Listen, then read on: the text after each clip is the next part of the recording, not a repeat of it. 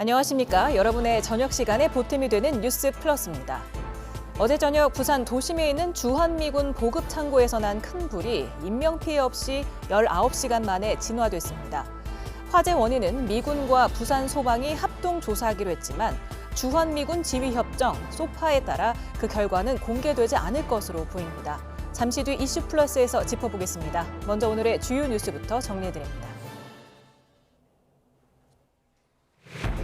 푸틴 러시아 대통령이 북한의 파병에 대해 우리가 알아서 할 일이라며 사실상 인정했습니다.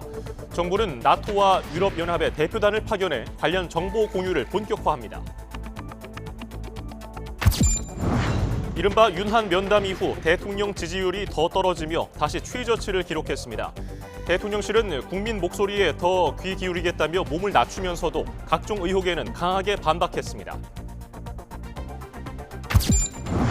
어제 저녁 부산 주한미군 보급창고에서 난 큰 불이 19시간 만에 모두 꺼졌습니다. 화재 조사는 미군과 소방당국이 합동으로 진행합니다. 국민 할머니로 불리며 많은 사랑을 받은 연기자 김수미 씨가 향년 75세 나이로 별세했습니다. 급작스러운 고혈당 쇼크가 사인으로 전해졌는데 고인을 추모하는 목소리가 이어지고 있습니다. 프로야구 한국 시리즈 향방을 가를 3차전이 잠시 후에 열립니다. 1, 2차전을 싹쓸이한 기아는 3연승을, 홈으로 돌아온 삼성은 대반격을 노리고 있습니다.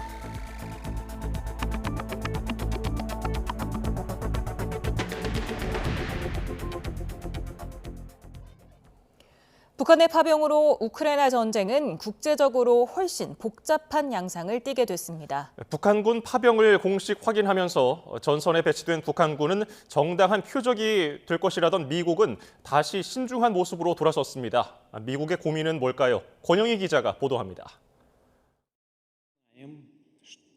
러시아는 서방이 우크라이나를 지원하며 상황을 키우고 있다고 비난했습니다. 푸틴 러시아 대통령은 대놓고 북한의 군사 지원을 언급했습니다. Что и как мы будем делать, это уже наше дело.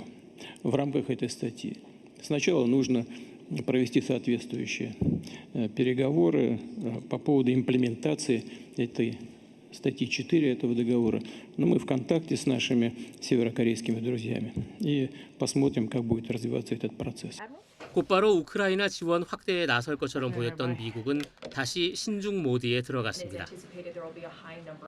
Too soon to tell, what kind of an impact these troops can have on the battlefield because we just don't know enough about what the intention is in terms of using them. 그러나 북한의 파병은 결국 우크라이나에 대한 미국과 나토의 군사 지원 강화를 가져올 가능성이 큽니다. 한국 내 민감한 여론을 고려해 살상 무기 지원 요청을 자제하던 나토가 한국에 적극적인 지원을 요청할 수도 있습니다. 방공 체계 지원과 장거리 미사일 러시아 본토 타격 허용 등 우크라이나의 요구도 거세질 게 뻔합니다. 전선이 더 확대되고 러시아와의 갈등이 심화한다는 의미입니다. 여기에 미국의 고민이 있습니다. 북한의 파병 같은 제3국의 군사적 개입은 국제적 갈등을 키우고 전쟁 장기화를 초래합니다. 대표적으로 한국 전쟁과 베트남 전쟁이 그런 양상을 보였습니다. 이 때문에 미국은 러시아와의 직접적인 충돌을 피하기 위해 신중한 대응을 이어가며 시간을 벌 공산이 큽니다. If the DPRK soldiers enter into combat, they would be co-belligerents, and that is a very serious issue. But it's not it's something that we're, aware of this relationship. We're going to continue to monitor. 여기다 코앞으로 다가온 대선에서 누가 선출돼 어떤 선택을 할지 모르는 상황도 미국의 고민을 더 깊게 만들고 있습니다. YTN 권정입니다. 북한군의 러시아 파병이 사실로 굳어지면서 전 세계가 그 파장을 주시하고 있는 가운데 러시아 군용기가 북한을 방문한 뒤 모스크바로 복귀한 정황이 포착됐습니다. 비행 항로 추적 데이터에 따르면 지난 23일 밤 러시아 특수비행 편대가 운영하는 일류신 IL-96 항공기 한 대가 북한 황주 공군기지를 출발해 24일 아침 러시아 모스크바 근처에 착륙했다고 영국 아이뉴스가 보도했습니다. 최근 러시아 항공기의 북한 방문이 잦아지는 건 북한이 러시아에 병력을 추가로 파병할 수 있음을 시사한다고 뉴스는 전했습니다. 주 유엔 북한 대표부는 한국을 포함한 서방 측의 북러 간 무기 거래 비판에 대해 근거 없는 소문에 불과하다며 무기 제공을 거듭 부인했습니다.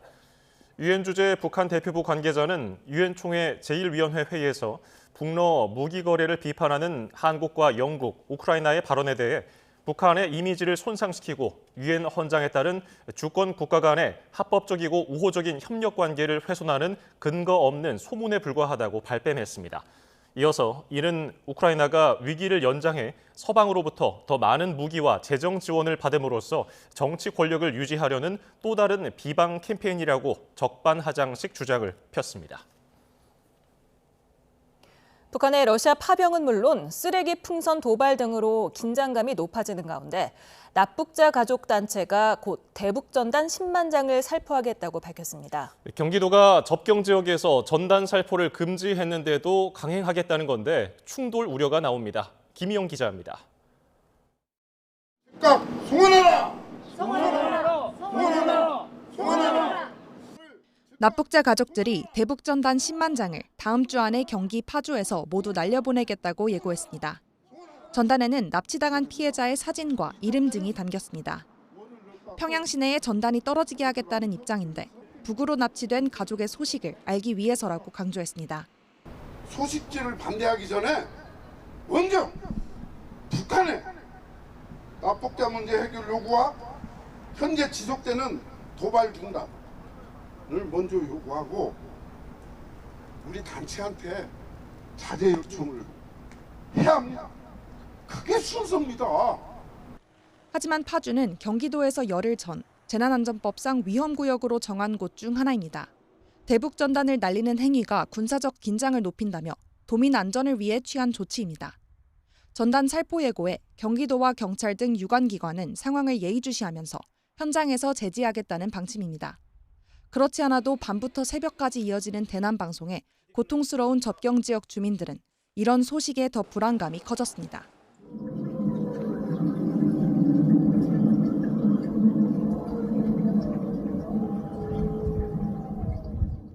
심하게는 누가 이렇게 흘러끼면서 우는 것 같은 소리가 들리기도 해요. 그 소리를 이제 계속 들으면은 정신이 좀 이게 이상해지지 않나 싶은 거죠. 대응책이 좀 많이 빨리 좀 필요하다 싶어요. 며칠 전에는 파주 접경 지역 주민 등이 모여 북한을 자극할 우려가 있다면서 전단 살포 반대 집회를 열기도 했습니다. 북한이 대남 방송은 물론 용산 대통령실을 겨냥한 듯 전단까지 날려보내는 상황에서 민간 단체까지 맞대응에 나서겠다고 밝히며 긴장이 높아지고 있습니다. YTN 김희영입니다. 국민의힘 한동훈 대표가 김건희 여사 문제를 해결해야 한다며 연일 특별감찰관 임명을 강조하고 있는데요. 이번에는 당내 변화와 쇄신을 방해하기 위해 이간질을 시도하는 세력이 있다며 사실상 친윤계를 정조준했는데 당 내홍이 장기화될 조짐마저 보이고 있습니다. 박정현 기자입니다. 대표 취임 뒤 처음으로 보수의 심장 대구를 찾은 한동훈 대표는 김건희 여사 문제 해결의 필요성을 거듭 강조했습니다. 다음 달 이재명 대표 1심 선고를 앞두고 민주당에 당당히 맞서기 위해선 반드시 국민 걱정을 해소해야 한다며 지금이 아니면 안 된다고 못 박았습니다. 너희들도 똑같지 않냐라고 반문하시는 것들에 대해서 당당하게 대답할 수 없다면 그 마음이 우리에게 오지 않을 겁니다. 변화와 쇄신을 위해 뭉쳐야 한다며 문제를 회피하기 위해 단결해서는 안 된다는 뼈 있는 말도 남겼습니다. 특히 쇄신을 방해하려는 자해적 이간질로 알량한 이득을 보려는 사람이 있다고 목소리를 높였는데 특별감찰관 임명 등 한 대표 제안에 부정적 의견을 피력해온 친윤계를 직격한 발언으로 풀이됩니다. 특별감찰관을 추진하라는 친한계의 강한 압박을 받고 있는 추경호 원내대표는 원내 지도부와 함께 의견 수렴을 시작했습니다. 의총에 관한 진행 등에 관해서는 그것도 다 의원님들의 뜻을 기반으로 해서 움직일 겁니다. 결국 의원총회에서 결론을 내야 할 상황인데 친윤계와 친한계 사이 이견이 좀처럼 좁혀지지 않고 있어 찬반 표결까지 갈 가능성도 배제할 수 없습니다. 신윤계는 특별감찰관 임명과 북한 인권재단 이사 추천 문제를 연계한 건 당론이라며 한 대표가 내부 분열을 부추긴다고 날을 세우는 반면 친한계는 특별감찰관 임명이 대선 공약이니만큼 지켜야 한다고 맞서고 있습니다. 친한계 내부적으론 이 문제를 당원 여론조사에 붙이는 방안도 검토하는 등 이른바 세대결에도 자신감을 내비치는 모습입니다. 국정감사가 마무리 단계에 접어들며 의원총회 전까지 물밑에선 개파간 수싸움도 치열해질 것으로 보입니다. 의총 표대결에 대비해 중립지대, 이른바 관망파를 끌어들이기 위한 세불리기도 본격화될 전망인데 다만 표결 자체가 당 분열의 결정적 촉매제가 될 거란 우려는 커지고 있습니다. YTN 박정현입니다. 윤석열 대통령의 지지율이 20%까지 떨어졌다는 여론조사 결과가 나왔습니다. 한국갤럽이 지난 20일부터 4일간 전국 18세 이상 1,001명을 대상으로 조사한 결과 윤 대통령의 직무수행 긍정평가는 20%, 부정평가는 70%를 기록했습니다. 긍정평가는 직전 조사인 일주 전보다 2%포인트 내렸고 부정평가는 1%포인트 올랐습니다.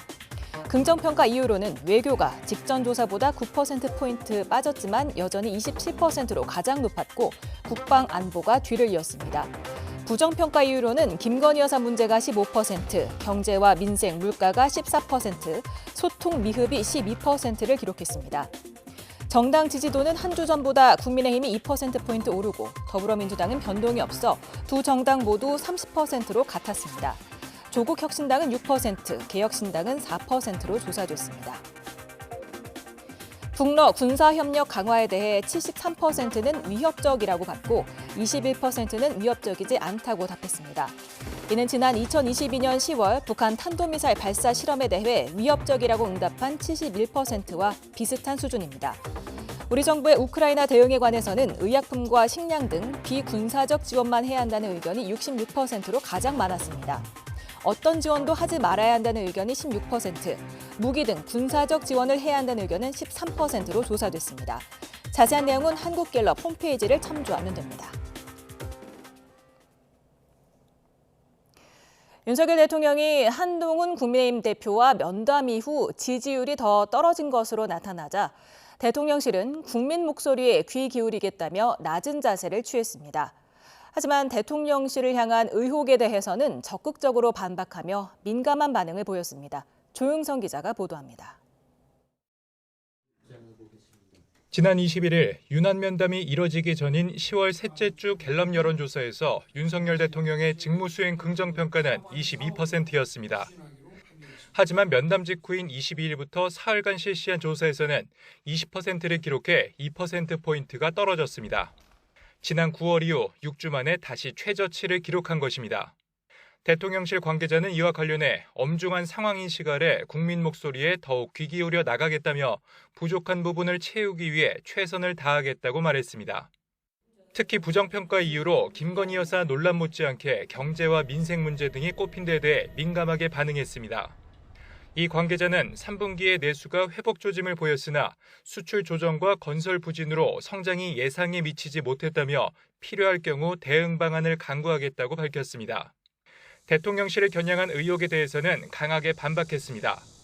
도이치모터스 주가 조작 사건에서 김건희 여사 등이 23억 원 수익을 냈다는 보도는 사실이 아니고 문재인 정부 때 검찰이 1심 재판부에 낸 의견서에 불과하다고 강조했습니다. 또 건축업체 히림과 김 여사 유착 의혹에 대해서는 과거 코바나 콘텐츠 후원업체로 알려져 있긴 하지만 지금은 아무 관련이 없다고 일축했습니다. 이와 함께 한기호 의원이 신원식 국가안보실장에게 우크라이나 전쟁에 참가한 북한군을 타격하자고 문자를 보낸 것과 관련해 야당이 신북풍몰이라고 주장한 데 대해 북한 파병에 대한 규탄이 먼저라고 지적했습니다. 윤 대통령은 한 대표와 면담 직후엔 돌을 던져도 맞고 가겠다며 기존 입장을 이어갈 뜻을 내비쳤으나 대통령실은 여론의 추이를 살피는 모습입니다. 사안별로 선별적으로 대응하겠다는 뜻으로 읽힙니다. YTN 조용성입니다. 박성재 법무부 장관이 명태균 씨의 대선 여론조사 조작 의혹과 관련해 본인이 이야기하는 것과 수사 과정에서 나오는 사실관계는 다를 수 있다고 말했습니다. 박 장관은 오늘 국회 법사위 종합국정감사에서 조국혁신당 박은정 의원 질의에 이같이 답했습니다. 박 의원은 명 씨가 돈 못 받은 죄밖에 없다고 말하는 녹취를 재생한 뒤 윤석열 후보에게 받아야 할 돈을 말하는 것 아니겠느냐고 질의했고, 박 장관은 그 부분에 동의하지 않는다며 문제되는 부분은 수사팀에서 다 확인할 것으로 본다고 말했습니다. 조지호 경찰청장은 정치 브로커 명태균 씨를 둘러싼 여론조사 조작과 공천 개입 의혹에 대해 검찰 수사부터 지켜봐야 한다고 원론적인 입장을 내놨습니다. 조 청장은 국회 종합감사에서 명 씨와 윤석열 대통령 부부를 뇌물죄 등으로 인지 수사해야 한다는 조국혁신당 정춘생 의원 질의에 이같이 답했습니다. 명태균 씨 불법 여론조사 의혹 등을 수사하는 검찰이 명 씨가 실질적으로 운영하는 것으로 알려진 여론조사업체 대표를 압수수색했습니다. 창원지방검찰청은 오늘 미래한국연구소의 등기상 대표인 A씨의 자택과 사무실 등을 압수수색한 것으로 알려졌습니다. 미래한국연구소는 지난 대선 당시 윤석열 대통령 후보를 위한 여론조사를 81차례 진행한 것으로 알려졌습니다. 3주가량 진행된 22대 국회 첫 국정감사가 고성과 충돌 속에 마무리 수순에 접어들었습니다. 시작부터 끝까지 김건희 여사와 더불어민주당 이재명 대표를 둘러싼 공방이 국감장에 도배되면서 정쟁만 남았다는 지적이 적지 않습니다. 임성재 기자의 보도입니다. 22대 국회 국정감사 첫날 압도적 의석의 민주당은 국회의 권능을 부각하며 이번 국감을 김건희 여사 국감으로 만들겠다는 의도를 분명히 했습니다. 철저하게 우리 국회가 가진 권능을 제대로 행사하고 또 국정에 대해서 감시 견제라고 하는 본연의 역할을 충실하게 수행함으로써 국민의힘은 민주당의 김 여사 공세 예고는 다음 달 법원 선고를 앞둔 이재명 대표 방탄에 지나지 않는다고 받아쳤습니다. 민주당은 김건희 국감을 하겠다라고 주장합니다. 아마 풍경만이 최상의 방어다라고 하는 생각에서 이재명 방탄을 위해서 김건희 여사를 끌고 들어오는 것이 아닌가 이런 생각을 하게 됩니다. 실제로 3주가량 진행된 국감에서 야당은 동행명령장 카드를 아끼지 않으며 국감 기간에 나온 김 여사 주가 조작 의혹 불기소 처분과 명태균 씨 여론조작 논란을 고리로 공세의 고삐를 조였고 민주당 의원님들도 동행명령장 집행에 동행하겠다는 분이 몇 분 계셨습니다. 자유롭게 하셔도 되겠습니다. 여당은 이 대표를 둘러싼 재판 지연과 헬기 이송 특혜 논란 등을 집요하게 파고들며 국감장 곳곳에선 고성이 오갔습니다. 많은 사람들이 헬기런이라고 얘기했지만 제가 볼 때는 헬기 타고 나르샤 사건입니다. 있을 수 없는 일이죠. 보통 사람들에게는 일어날 수 없는 일입니다. 26년간 국감을 평가해온 국정감사 NGO 모니터단마저 김 여사와 이 대표 이슈에 집중돼 실효성과는 거리가 먼 국감이었다는 평가를 내린 이유지만 국감 종반까지도 서로를 향한 공세는 멈추지 않았습니다. 민주당은 남은 국정감사 기간만이라도 이재명 대표 방탄을 위한 충성 경쟁은 접어두고 민생을 살피는 국정감사에 임해줄 것을 촉구합니다. 벌금 300만 원을 구형했습니다. 주가 조작으로 얻은 수익이 23억 원에 달하는 김건희 여사는 종신형은 아니더라도 최소한 실형을 구형해야 형평성이 맞지 않겠습니까? 국회 법제사법위원회의 마지막 국감에서도 탄핵 소추된 검사의 분변, 토사물 논란이 의원들 입에 오르며 거친 설전을 벌였습니다. 소문이 쌍디귿으로 파다했어요. 쌍디귿이 뭐예요? 제가 말을 못하겠어요. 파다했는데 말해보세요. 저희가 알아봤더니 토사물이었습니다. 이렇게 얘기했어요.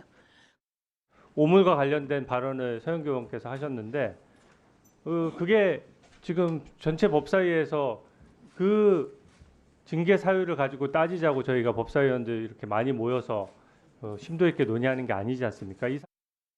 이번 국감은 이재명 대표와 김건희 여사에 대한 감사를 넘어 수사와 다름없었다는 평가까지 나오지만 다음 달 김 여사 특검 전국과 이 대표 1심 선고를 앞두고 서로를 향한 여야 공세 수위는 한층 더 격해질 거란 전망이 적지 않습니다. YTN 임성재입니다. 부산 주한미군 보급창고에서 난 불이 19시간 만에 완전히 꺼졌습니다. 화재 원인 조사는 미군과 우리 소방이 합동으로 진행하기로 했는데 조사 결과는 외부에 공개되지 않을 전망입니다. 차상은 기자입니다. 밤새 타오르던 불길이 사그라들자 화재에 휩싸였던 창고의 모습이 드러났습니다. 천장 대부분이 불에 완전히 타 사라졌고 내부 벽체만 남아 있습니다. 부산 주한미군 55 보급창 창고에서 난 불이 오후 1시 반쯤 모두 꺼졌습니다. 큰 불길을 잡는 데까지는 13시간, 잔불 정리를 마치고 불을 완전히 끄는 데까지는 19시간이 걸렸습니다. 완진까지 오랜 시간이 걸린 데다 군수물자를 보관하는 시설이다 보니 주민들의 불안감이 컸습니다. 모르는 물질이 있을 수도 있기 때문에 만약에 그게 터졌을 때 아무래도 저희한테 주민들이나 저희한테도 피해가 있을 것 같아서 조금 걱정은 했습니다. 화재 원인 조사는 미군 측이 단독으로 진행할 거란 예상과 달리 부산 소방과 합동 조사를 진행하기로 했습니다. 다만 조사 결과는 외부에 공개하지 않기로 했습니다. 주한미군 지휘협정에 따라 수사권이 미군 측에 있고 군사보안 시설이라 공개할 수 있는 정보도 제한적이기 때문으로 보입니다. 미군 측의 별도 요청이 없는 한 우리 경찰의 개입도 불가능합니다. 불이 난 창고가 화재에 취약한 샌드위치 패널로 지어져 피해는 순식간에 커졌습니다. 화재를 초기에 목격한 시민들은 작은 크기의 불길이 보였다고 전했지만 빠르게 번진 탓에 대형 화재로 이어지고 말았습니다. 소방당국이 진화 장비와 인력을 대거 투입해 연소 확대를 막는 데 주력한 덕분에 부대 안에 있는 다른 건물로는 불이 번지지 않았습니다. YTN 최상입니다. 오늘 아침 세종시에서 통근버스와 승용차, 덤프트럭이 충돌해 버스 승객 등 4명이 다쳤습니다. 또 국회 출입문을 소화기로 파손한 뒤에 달아난 60대가 경찰에 붙잡혔습니다. 사건 사고 소식 이미혜진 기자입니다. 버스가 중앙선을 침범해 마주오던 검은색 승용차를 들이받더니 덤프트럭과 부딪힙니다. 아침 7시 반쯤 세종시 아름동 은하수 사거리에서 차량 3대가 충돌했습니다. 30대 승용차 운전자와 동승자, 70대 버스 승객 등 4명이 다쳐 병원으로 옮겨졌습니다. 경찰은 통근버스가 중앙선을 넘어 우측에 있던 좌회전 차선에 진입해 사고가 난 것으로 보고 정확한 사고 경위를 조사하고 있습니다. 갓길에 세워진 트럭 한 대가 종이장처럼 찌그러진 채 까만 재로 뒤덮였습니다. 출근 시간대 인천 서구 제2순환고속도로 남청라 톨게이트 근처를 달리던 2.5톤짜리 냉동 트럭에 불이 나 20여 분 만에 꺼졌습니다. 60대 운전자가 스스로 대피한 뒤 신고해 다친 사람은 없었지만 트럭이 모두 불에 탔고 한때 교통 정체가 빚어졌습니다. 국회 본관 출입문이 산산조각났습니다. 유리 조각이 여기저기 튀어 있습니다. 새벽 5시 10분쯤 60대 남성이 국회 출입문에 소화기를 던진 뒤 달아난 겁니다. 신고를 받고 출동한 경찰은 1시간쯤 뒤 인근 한강공원에서 이 남성을 긴급 체포했습니다. 범행에 쓰인 소화기는 국회 건물에 있던 것으로 파악된 가운데 경찰은 남성을 상대로 자세한 범행 동기를 조사하고 있습니다. YTN 임혜진입니다. 프로야구 한국 시리즈 향방을 결정할 3차전이 잠시 뒤에 열립니다. 1, 2차전 2연승을 달린 기아는 기세를 몰아서 3연승을, 궁지에 몰린 삼성은 홈에서 대대적인 반격을 노리고 있습니다. 현장에 나가 있는 취재기자 연결합니다. 양시창 기자.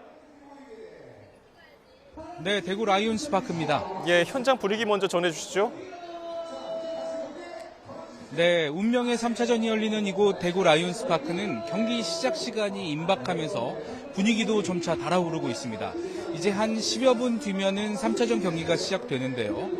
시간이 임박하면서 좌석도 빼곡히 차고 있고 또 응원전도 조금씩 시작되고 있습니다. 티켓은 19,300장이 오늘도 일찌감치 매진됐습니다. 홈팀 삼성 선수들은 일찍부터 그라운드로 나와 배팅 연습과 캐치볼을 하며 몸을 풀었고요. 이어서 기아 선수들도 훈련을 진행했습니다. 영호남을 대표하는 명문구단 두 팀의 대결인 만큼 멀리 대구까지 응원 온 기아 원정 팬들도 많았고요. 또 특히 적지에서 1, 2차전을 빼앗긴 이 대구 홈팬들은 열성적인 응원으로 선수들에게 힘을 불어넣겠다는 절박한 마음도 느껴졌습니다. 삼성 구단은 다른 지역에서 오는 관중들이 많다고 판단해서 동대구역부터 경기장까지 무료 셔틀도 운행하고 있습니다. 양팀 팬들의 이야기 한번 들어보시겠습니다. 홈런 공장이라 불리는 라팍으로 왔으니까 많은 홈런과 함께 많은 득점으로 3, 4차전을 뒤집을 수 있을 것 같습니다. 직관 승리 요정이라고 하는데 저는 재밌게 엎치락뒤치락 하지 않았으면 좋겠고요. 한 14대 2 정도로 이겼으면 좋겠습니다. 예, 팬들 기대가 큰 것 같은데요. 3차전 선발 투수도 예고가 됐죠? 네, 그렇습니다. 3차전 선발로 삼성은 레이스를, 기아는 라우어를 내세웠습니다. 재밌는 점은 이 두 투수가 이 상대팀에 매우 약했다는 공통점을 가지고 있는 건데요. 레이스는 기아전에 3번 등판해서 2패를 떠안았고요. 평균 자책점도 8점대로 높았습니다. 최영우와 나성범이 홈런을 포함해 멀티히트를 때려냈고 김도영과 최원준도 홈런을 1개씩 기록했습니다. 하지만 레이스는 지난 LG와의 플레이오프 1차전과 4차전을 책임지면서 모두 승리를 따냈죠. 시리즈 MVP까지 거머쥐면서 이번 가을 야구에서 삼성의 에이스 역할을 톡톡히 했습니다. 특히 기아와의 대결이 모두 광주 원정이었고 아직 홈에서는 상대해본 적 없다는 점도 오늘 호투를 기대하게 하는 부분입니다. 기아 라우어도 오늘 투구 내용이 기대되는데요. 지난 8월 팀에 합류한 만큼 우승을 위해 꼭 역할이 필요한 투수입니다. 삼성을 상대로 KBO에 데뷔했는데 4이닝을 채우지 못하고 피안타 7개에 4실점으로 강판됐고 박병호와 강민호에게는 홈런도 맞았습니다. 라우어는 언론 인터뷰에서 지금은 KBO 적응을 마쳤고 삼성에 꼭 서력하고 싶다는 의지를 내비치기도 했습니다. 대표적인 타자 친화구장인 대구 라이온즈파크에서 두 선발 투수가 얼마만큼 던져주느냐가 오늘 경기 승부를 가를 전망입니다. 반대로 타자들 입장에서는 어느 팀이 더 빨리 상대 선발을 끌어내리느냐가 중요한데요. LG를 상대로 홈런이 불을 뿜었던 삼성 거포 타선이 화끈한 장타력을 회복할지, 역시 만만치 않은 기아 타선이 이번에도 불방망이를 휘두를지 관심입니다. 역대 한국 시리즈에서 1, 2차전을 이긴 팀의 우승 확률은 90%고요. 1, 2, 3차전을 모두 이긴 팀은 한 번도 우승을 놓친 적이 없었습니다. 따라서 이번 3차전은 2연승을 거둔 기아는 확률 100%에 도전하는 경기고 삼성은 대대적인 반격을 위해 반드시 잡아야 하는 경기입니다. 결과에 따라 남은 시리즈 향방도 크게 좌우될 전망입니다. 지금까지 대구구 라이온즈파크에서 YTN 양시창입니다. 대구 동부경찰서는 온라인 중고거래 사이트에서 프로야구 한국 시리즈 표를 팔겠다고 속인 뒤에 돈만 받아 가로챈 혐의로 20대 A씨를 붙잡아 조사하고 있습니다.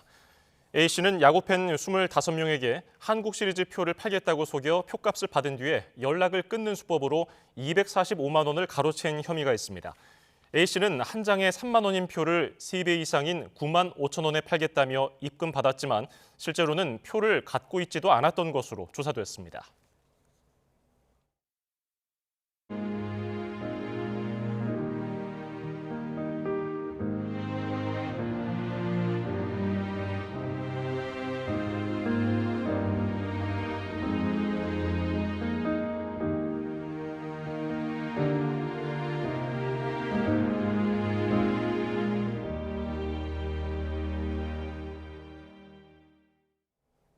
연기부터 예능까지 여러 방면에서 활약하며 큰 사랑을 받은 국민 배우 김수미 씨가 향년 75세로 별세했습니다.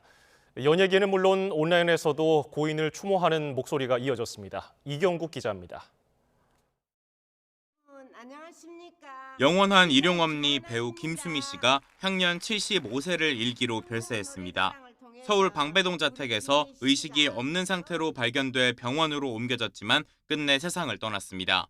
사인은 고혈당 쇼크로 추정됩니다. 1949년생인 김 씨는 지난 1971년 MBC 공채 탤런트로 데뷔했습니다. 국민 드라마 전원일기에선 젊은 나이에도 노인인 일용엄니 역할을 소화하며 열연을 펼쳤고 마파도와 가문의 영광 시리즈 등 다양한 영화에도 출연했습니다. 거침없는 입담, 뛰어난 요리 실력으로 많은 예능 프로그램에서 활약한 것은 물론 지난 15년간 창작 뮤지컬 친정엄마 무대에 오르며 연기에 대한 애정을 보이기도 했습니다. 공연 기간에는 제가 아주 굉장히 차분해져요. 그래서 내가 깜짝 놀라요. 내가 왜 이러지? 근데 이런 감정도 좋아요, 저는. 하지만 지난 5월 병원에 입원하며 활동을 잠정 중단했고 지난달 홈쇼핑 방송에서도 이전과 다른 모습을 보이며 건강 이상설이 제기돼 왔습니다. 유가족은 김 씨가 뮤지컬 출연료 문제로 많은 스트레스를 받았고 관련 소송을 준비 중이었다고 밝히기도 했습니다. 갑작스러운 별세 소식에 온라인에선 믿을 수 없다는 반응과 함께 고인을 추모하는 목소리가 이어졌고 빈소에도 동료 연예인 등 조문객의 발걸음이 계속됐습니다. 50년 넘게 웃음과 감동을 전한 고인의 발인은 오는 27일 엄수됩니다. 이후 장지인 서울 추모공원에서 영면에 들 예정입니다. YTN 이경국입니다. 배우 김수미 씨의 아들 정명호 나팔꽃 F&B 대표가 어머니의 별세에 대한 유족 측의 공식 입장을 알렸습니다.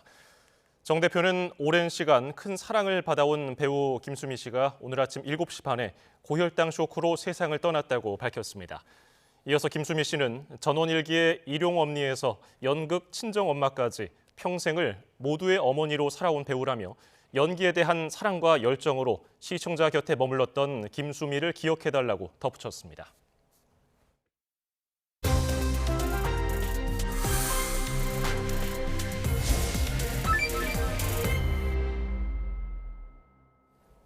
검찰이 경기도청 법인카드를 이용해 공직선거법을 위반한 혐의가 있는 이재명 민주당 대표 배우자 김혜경 씨에 대해 벌금 300만 원을 다시 구형했습니다. 그런가 하면은 문재인 전 대통령의 딸 다혜 씨가 불법 숙박업 의혹뿐 아니라 지난 2019년 갭 투자를 했다는 주장이 제기돼서 논란이 일고 있습니다. 주연 사건 사고 소식 김성수 변호사와 짚어보겠습니다. 어서 오세요. 안녕하세요. 네, 수원지검이 어제 두 번째 결심 공판에서 김혜경 씨에 대해서 벌금 300만 원을 다시 구형했습니다. 어떻게 된 사건인지 다시 한번 요약해 주시겠습니까? 네, 이 사건의 사실관계를 조금 설명을 드리겠습니다. 이재명 대표가 2021년경에 이제 대선을 이제 나오지 않습니까? 이제 대선을 나오기 위해서 그 당 내에서 대선 경선을 하게 됩니다. 그리고 2021년 8월 2일경에는 이 당시에 민주당 대선 후보 경선에 출마하겠다 이렇게 선언을 했던 시기거든요. 그러니까 후보자가 돼 있는 그런 상황이라고 볼 수가 있는 시기였는데 이 당시에 이재명 대표의 배우자인 김혜경 씨가 이 민주당 전 현직 국회의원 배우자 3명이랑 식사를 합니다. 식사를 하고 이 룸에서 식사를 그러니까 4사람이 하고 이 밖에서는 이 수행 기사 그러니까 수행 운전 기사분 그리고 수행원 2분 이렇게 해서 또 3명이 밖에서 식사를 한 겁니다. 그리고 이 식사 대금이 이 김혜경 씨의 식사 대금 같은 경우에는 이 이재명 대표의 캠프 카드를 통해서 결제가 됐고 이 나머지 이 6명에 대한 이 10만 원 조금 넘는 10만 4천 원 가량의 이 금액 자체는 경기도 법인 카드로 결제가 된 겁니다. 예. 그렇다 보니까는 이게 어떻게 결제가 된 것이냐 이 부분 이제 정황을 파악을 하게 됐고 그때 당시에 이 결제를 했던 당사자는 이 현장에 있던 수행원 중에 남성 수행원이었고 이 수행원은 본인이 이 경기도청의 주무관이었던 배모 씨로부터 지시를 받았다라고 이야기를 했던 겁니다. 그리고 그 관련해서 녹취도 나왔어요. 그렇다 보니까는 이 부분 관련해서 배모 씨가 이 결제를 함에 있어서 만약이라도 김혜경 씨가 이 부분을 지시를 했다거나 아니면은 이 부분 공모를 한 부분이 있다라고 한다면 이게 이 당시 후보자였기 때문에 공직선거법상에서는 후보자 그리고 또 후보자의 배우자 같은 경우에는 기부 행위를 하면 안 되게 돼 있거든요. 그러면 형사처벌이 되는 규정이 있습니다. 그렇기 때문에 이 부분 기부 행위로 볼 수가 있다라고 한다면 형사처벌이 돼야 된다라고 해서 기소가 됐고 지금 현재 1심 공판이 이제 마무리가 됐다는 그런 소식입니다. 예. 그 두 번째 결심 공판에서 검찰이 금액과 상관없이 죄질이 중하다고 얘기했거든요. 이건 어떤 의미가 있다고 볼 수 있을까요? 예, 이 금액 자체만 본다라고 한다면 10만 4천 원이기 때문에 금액이 높지는 않지 않습니까? 그런데 이 부분 관련해서 이 재판 자체가 중한 이유는 이 공직선거법상의 기부 행위를 금지하는 그 행위 자체를 위반한 것이 중한 행위이고 그리고 이 사실관계를 봤을 때 이 전 현직 국회의원, 민주당 국회의원 3명의 배우자지 않습니까? 그렇기 때문에 이 부분이 이런 선거에 있어서 굉장히 조금 중요한 사실관계가 될 수 있는 것 아니냐. 그렇기 때문에 이런 부분은 중하게 봐야 된다라고 조금 법원의 그 중대성에 대해서 좀 어필한 것이 아닌가 생각이 됩니다. 김혜경 씨가 어제 최후 진술에서 범행에 관여하진 않았지만 자신이 생각해도 그 상황이 의심스러운 건 사실이다. 이렇게 말을 했거든요. 이게 무슨 의미입니까?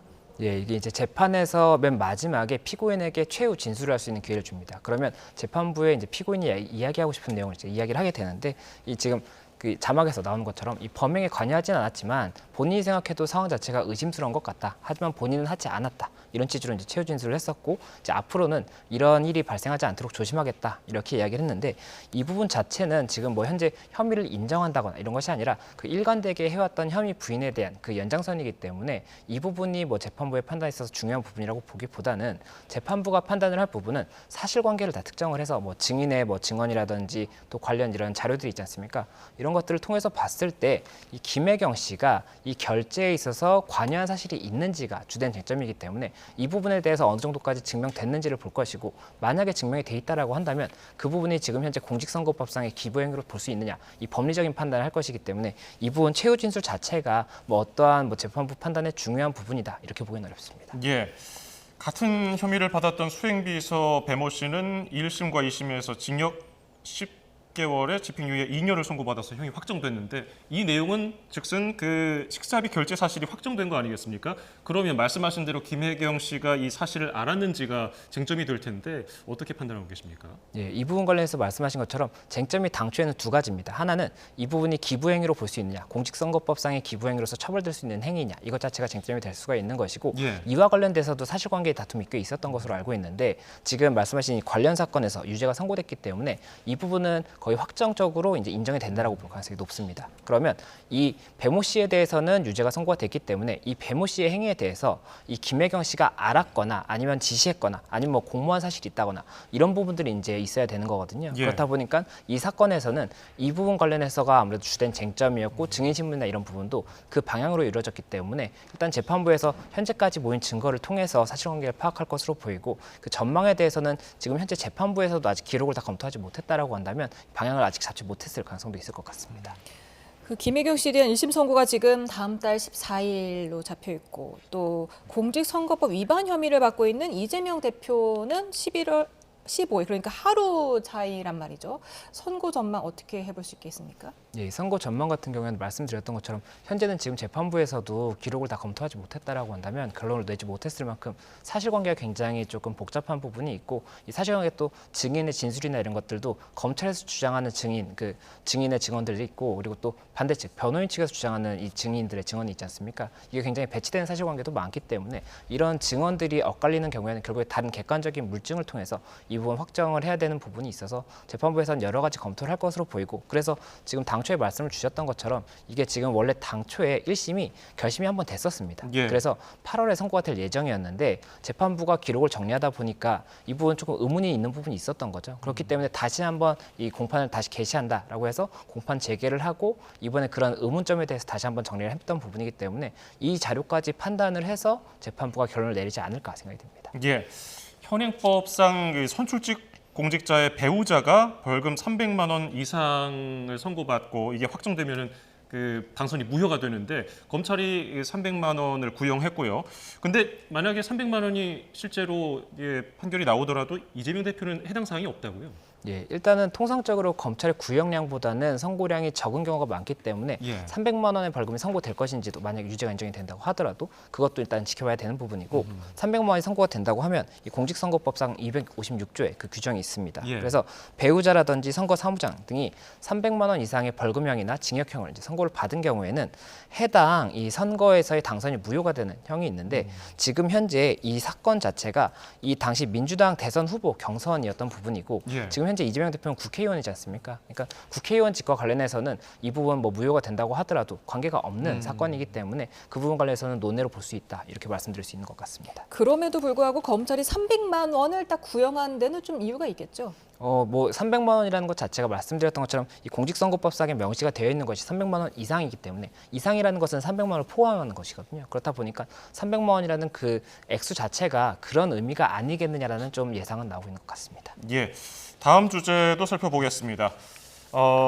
문재인 전 대통령의 딸 문다혜 씨가 최근에 여러 가지 논란으로 집중 조명을 받고 있는데요. 이번에는 지난 2019년에 서울 양평동의 한 주택을 구입할 때 갭 투자를 했다는 의혹이 제기가 됐는데 구입 시기를 따져보면 어떻게 판단이 됩니까? 예, 이게 지금 서울 영등포구 양평동에 이제 다세대 주택을 이 문다혜 씨가 매수를 했던 그 사실관계가 나온 겁니다. 예. 그런데 2019년 5월경에 7억 6천만 원을 이제 투여를 해서 매수를 했고, 당시에 이 자금 계획도를 보면 이 문다혜 씨가 가지고 있던 서울 구기동 빌라가 있었거든요. 이 빌라를 매매한 자금 5억 1천만 원, 그리고 또 현금 2천만 원, 그리고 그 임대차 보증금 2억 3천만 원, 이렇게 해서 매매 대금을 치를 것이다, 이렇게 이야기가 돼 있었는데, 이 부분이 갭 투자라고 하는 부분이 그거지 않습니까? 내가 살지 않는데 임차인이 있는 상태에서 임대보증금만큼의 금액을 제한 부분을 내가 지불하고 이렇게 건물을 매수를 하는 것인데, 이게 전형적인 갭 투자의 형태가 아니었느냐, 이런 이야기가 나오다 보니까는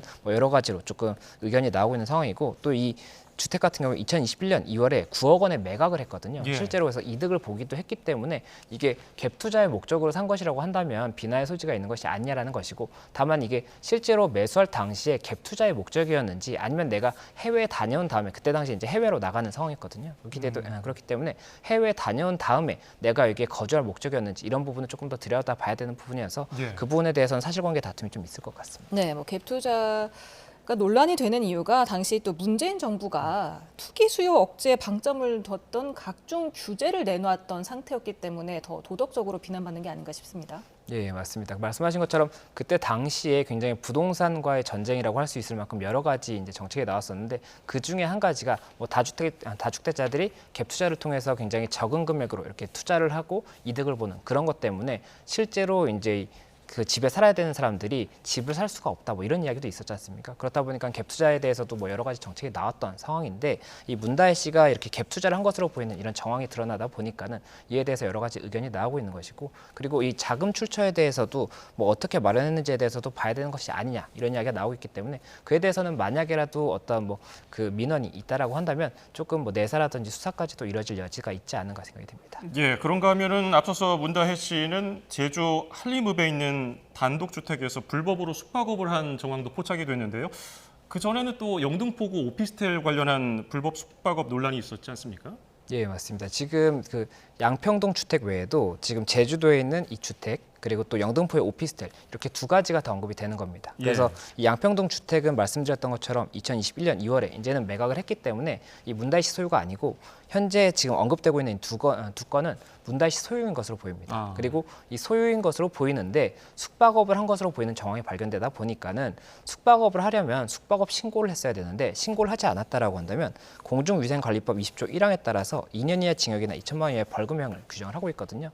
그렇다 보니까 숙박업 신고를 하지 않은 것이라면 형사처벌이 돼야 되는 것이 아니냐, 이 이유로 해서 제주도의 경우에는 제주자치경찰에서, 그리고 또 영등포 같은 경우에는 영등포 관련 경찰에서 이 부분 수사를 이제 검토를 하고 있다, 이런 상황이고, 또 그리고 만약에 숙박업 신고를 하지 않았다라고 한다면 이 세금도 납부가 안 됐을 가능성이 높습니다. 예. 왜냐하면 저희가 세금을 납부할 때는 어떻게 벌었습니다를 신고를 하게 되지 않습니까? 예. 그런데 숙박업 신고를 하지 않았다라고 한다면 결국에는 그 원인을 신고할 수가 없기 때문에 세금도 납부하지 않은 것이냐, 이런 이야기가 나오는데, 그렇게 되면 세금을 만약 포탈한 그런 경우에는 조세범 처벌법에 따라서 2년 이하의 징역이나 이 이득액의 2배 이하의 벌금형을 규정을 하고 있고, 또 세금 계산서도 그러면 현금 영수증 같은 경우 발행을 못하지 않습니까? 그렇게 되면 이 부분도 1년 이하 징역이나 그 이득액의 2배 이하의 벌금형을 규정을 하고 있기 때문에 이런 부분까지도 조금 검토가 될 수 있을 것 같다, 이런 이야기가 나오는 겁니다. 네, 그 조조경찰청장이 이 의혹에 대해서 곧 수사에 나서겠다고 했는데, 이 의혹이 모두 다 사실로 밝혀진다면 어떤 처벌을 받게 됩니까? 예, 말씀드렸던 것처럼 이 공중위생관리법 그리고 조세범 처벌법상의 검토가 될 수가 있을 것으로 보이고,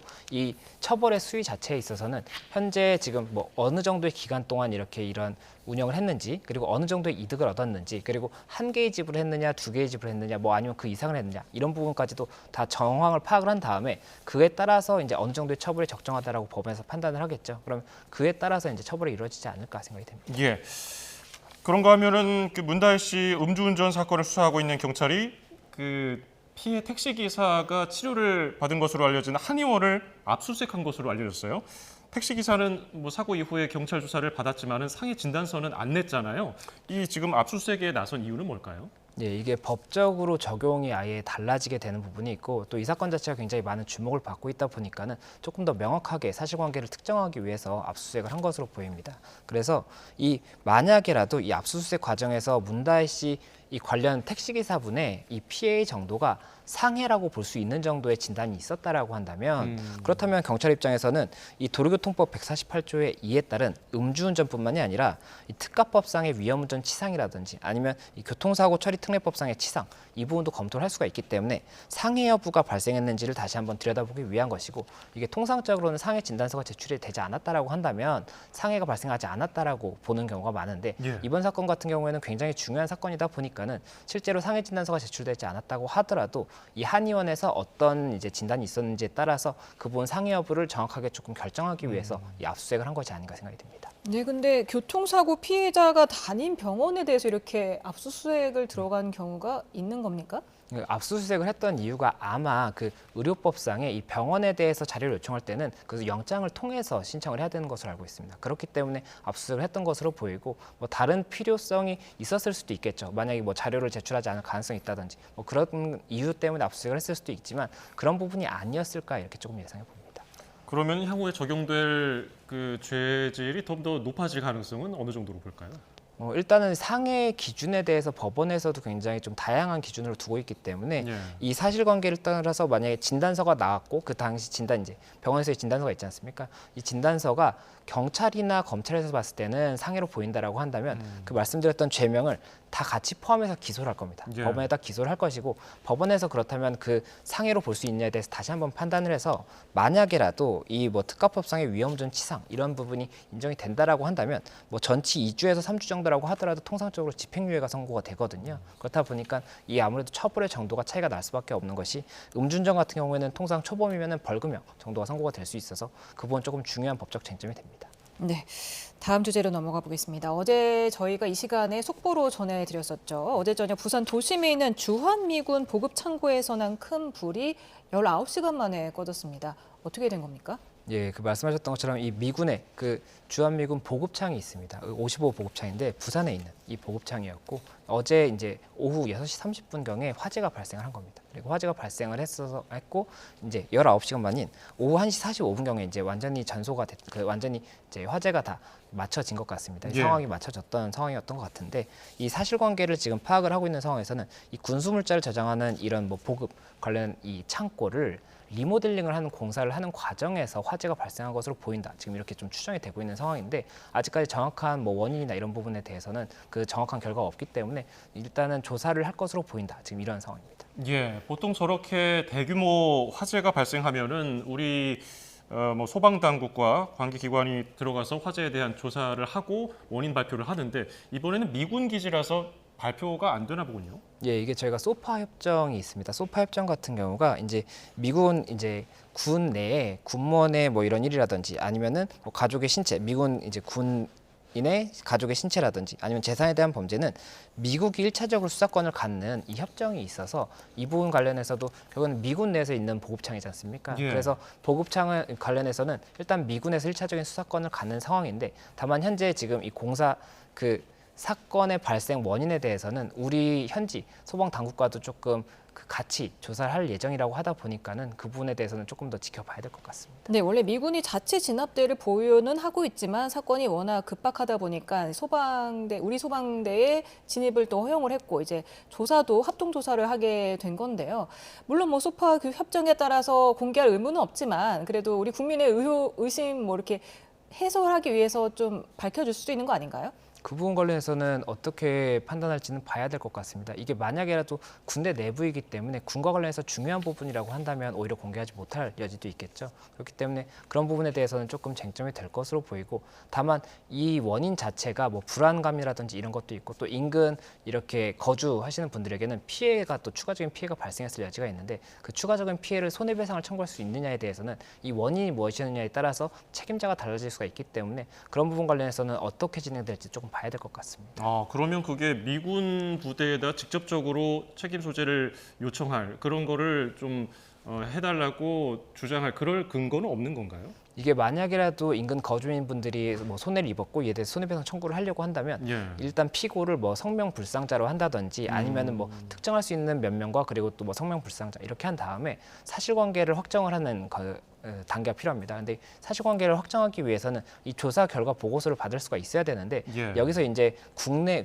우리나라에선 이 보고서를 갖지 못한다라고 한다면 이건 미군에다가 신청을 했을 때 미군에서 응하지 않으면 그 부분을 확보를 할 수가 없을 것이거든요. 그렇다 보니까는 이 부분 관련 미군에서만 이 보고서나 이런 자료를 갖게 될지 아니면 우리 당국에서도 일부에서 보관을 한다라고 한다면 그걸 통해서 이제 법원에서 뭐 영장을 법원의 신청을 통해서 받을 수 있을지 이런 게 조금 달라질 수가 있기 때문에 이 부분 관련 좀 그 권리 관계에 있어서도 차이가 있을 수 있다. 다만 그 미국 군대 내의 일이기 때문에 군대 내의 보안이라든지 이런 이유로 인해서 공개를 하지 않는다라고 한다면 이에 대해서 우리 정부에서도 조금 고심을 할 수밖에 없는 것 같습니다. 그러면 화재 연기와 냄새 때문에 이렇게 피해를 입었다는 인근 주민들은 어떻게 보상을 받을 수가 있는 겁니까? 예, 일단 말씀드렸던 것처럼 책임 소재를 따져야 됩니다. 이 책임을 발생시킨 사람에 대해서 손해배상을 물을 수가 있는 것인데 이 부분 관련 뭐 보고서라든지 이런 걸 통해서 원인을 알 수가 없다라고 한다면 소송을 이제 진행을 한다고 하더라도 결국에는 인용될 가능성이 낮아지기 때문에 이 부분에 대해서 어떻게 확정할지를 봐야 됩니다. 그리고 또 이게 뭐 연기라든지 이런 손해 같은 경우가 내 손해가 어느 정도의 범위까지 발생했는지 그걸 금액적으로 환산할 수 있는지에 대해서 고민을 해봐야 되는 부분이 있기 때문에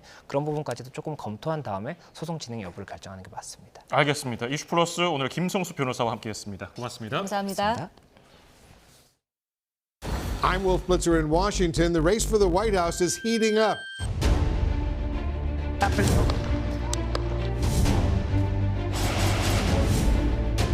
Make America great again. And the race for the White House is heating up. Turn to YTN. We are not going back. For complete coverage of the U.S. elections in South Korea, turn to YTN.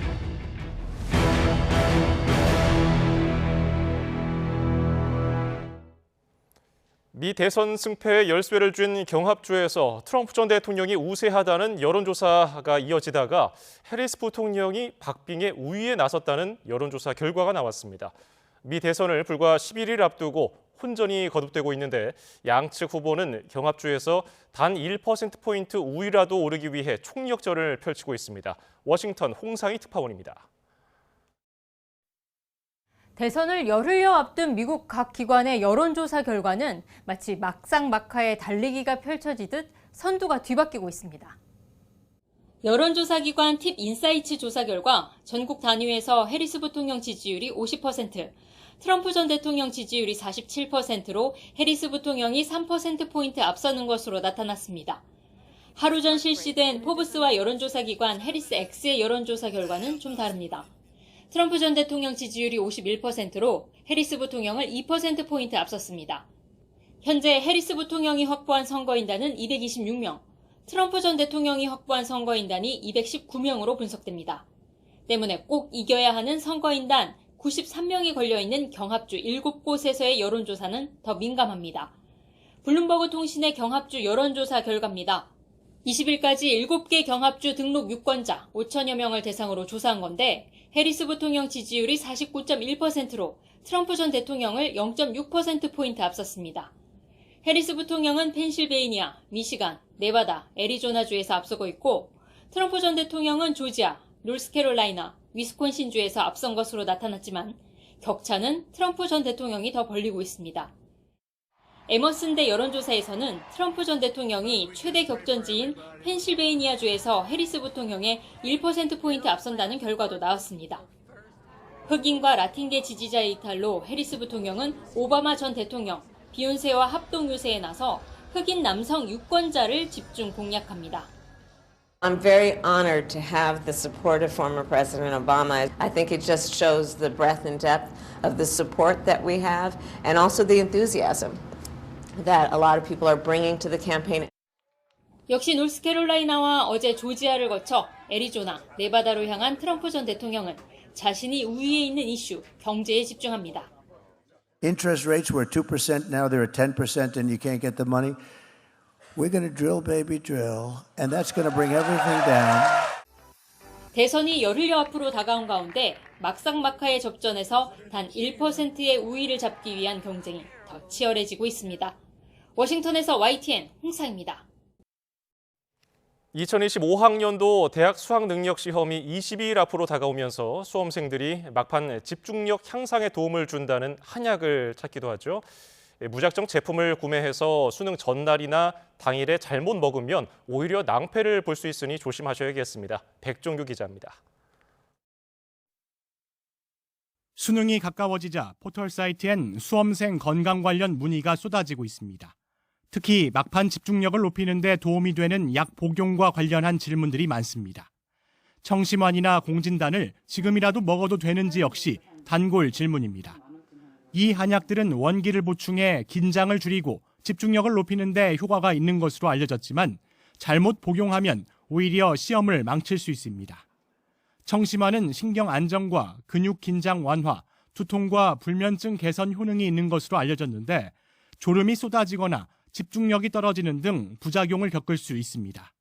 공진단 역시 집중력 향상에 도움을 줄 수 있지만 오남용하게 되면 신경이 날카로워지거나 심장 두근거림 등의 부작용이 발생하고 흔히 안정액이라 부르는 천황보심단도 잘못 복용하면 설사와 어지럼증이 나타날 수 있습니다. 한의사들은 수능 전날이나 당일 체질이나 복용량 등을 고려하지 않고 그동안 먹지 않았던 한약을 복용하면 부작용을 겪을 가능성이 크다며 주의를 당부합니다. 특히 청심환이나 공진단 등은 수능일 1, 2주 전부터 미리 먹어본 뒤 적절한 시점부터 복용을 시작해야 한다고 강조합니다. 너무 과하게 안정 상태가 돼버리면 이제 긴장감이 오히려 너무 풀려서 집중력이 저하되는 결과가 나타날 수도 있거든요. 그러면 오히려 시험을 망칠 수도 있고. 한약뿐만 아니라 일반 병의원이나 약국에서 약을 처방받을 때도 수험생임을 알리고 졸음 유발 성분의 처방량을 조절하는 등 조치를 해달라고 요청하는 것도 좋은 방법입니다. YTN 백종규입니다. 서울 송파에 있는 석촌호수는 사계절 내내 시민들의 나들이 장소로 제격이죠.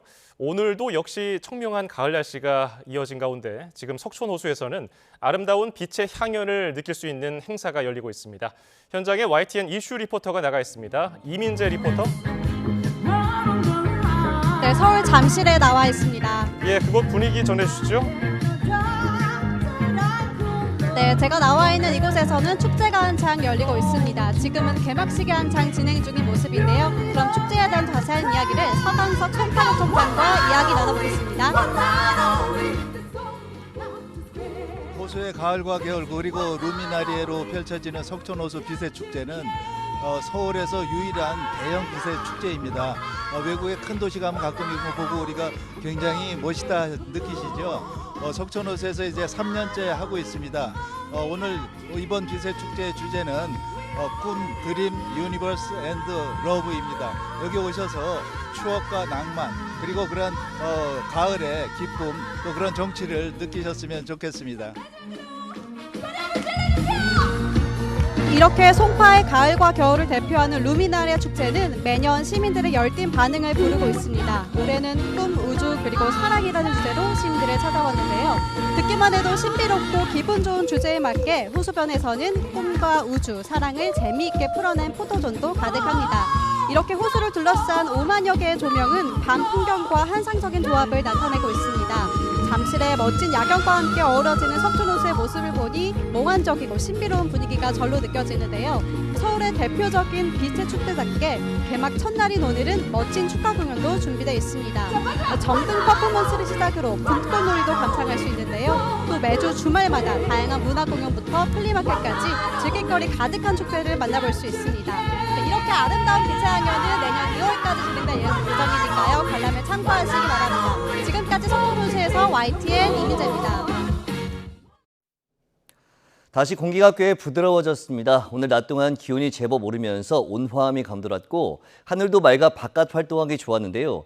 해가 지면서 기온이 낮아지고 있습니다. 현재 서울 기온이 17도, 자정에는 15도까지 떨어지겠습니다.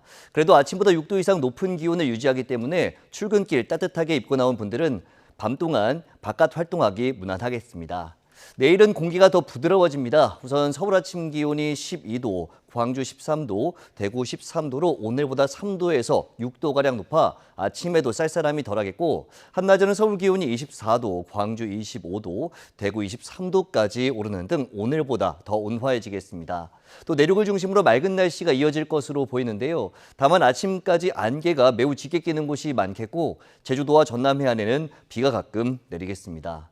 휴일인 모레는 그 밖에 남부지방으로 비가 확대되면서 제주도에 최고 60mm, 남부지방에는 5에서 30mm의 비가 내릴 전망입니다. 날씨 정보였습니다.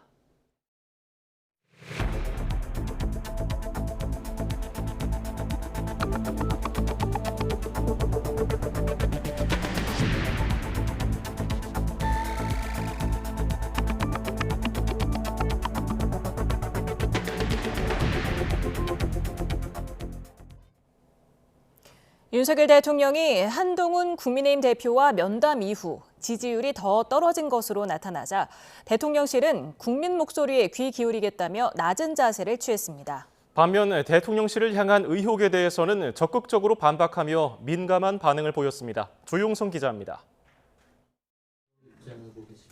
지난 21일 윤한 면담이 이뤄지기 전인 10월 셋째 주 갤럽 여론조사에서 윤석열 대통령의 직무수행 긍정평가는 22%였습니다.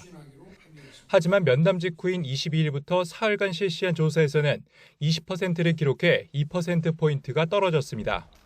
지난 9월 이후 6주 만에 다시 최저치를 기록한 것입니다.